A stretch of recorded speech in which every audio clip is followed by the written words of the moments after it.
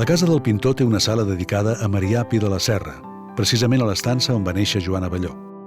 Atret per aquest artista, Abelló va arribar a comprar-ne fins a 35 obres, la majoria de les quals es troben en aquesta sala. D'altres, al taller de l'artista, però la més destacada es troba a l'exposició permanent del museu, el quadre Noia estiuejant. Marià Pi de la Serra va néixer a Barcelona l'any 1877 i ha estat considerat un pintor postmodernista.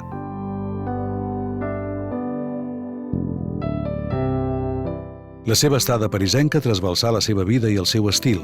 La seva pintura es centrà en retrats i paisatges i en aquests últims mostrà un impressionisme esclatant. En tornar a Catalunya, l'estil impressionista li va durar ben poc, però li serví per definir el seu propi estil, que podem observar millor en les seves obres en figures que no pas en els seus paisatges. De la mateixa manera que havien fet pintors impressionistes com Monet, Pissarro o Sisley, Pi de la Serra presentava sovint dues versions idèntiques d'una mateixa imatge copsada en moments diferents.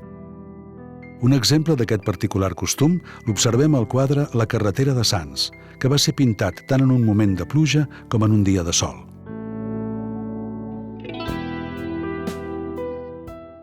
A finals dels anys 20, Pi de la Serra evolucionà cap a un estil més sobri, però en el món de la figura hi evocava un peculiar estil expressionista. Els seus quadres, on sovint feien de models la seva dona i els seus fills, exhibia uns personatges de proporcions gegantines, com s'aprecia a l'obra Noia estiuejant.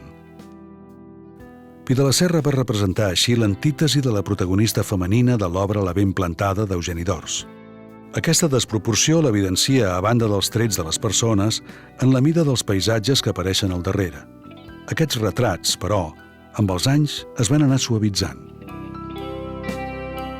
Malgrat tot, aquest estil formaria part d'una sèrie estranya i inquietant d'obres que no trobem en cap altre pintor català de l'època. La col·lecció Abelló també té una bona representació de dibuixos de la sèrie La mala vida, on hi reprodueix els desastres i el patiment de la guerra, la misèria humana i la vida als barris.